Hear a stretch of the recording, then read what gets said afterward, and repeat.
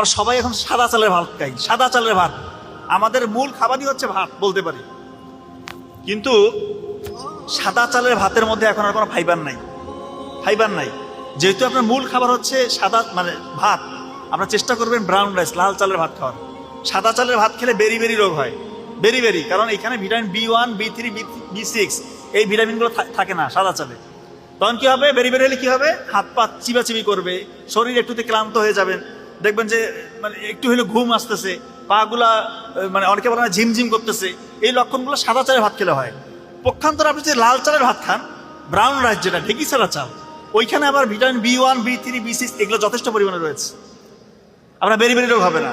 আপনার এই সাদা চালের ভাত খেলে 50 থেকে 70% সম্ভাবনা বেড়ে যায় ডায়াবেটিস হওয়ার। আপনার ডায়াবেটিস হওয়ার ঝুঁকিটা কমে যাবে যদি আপনি ব্রাউন রাইস খান।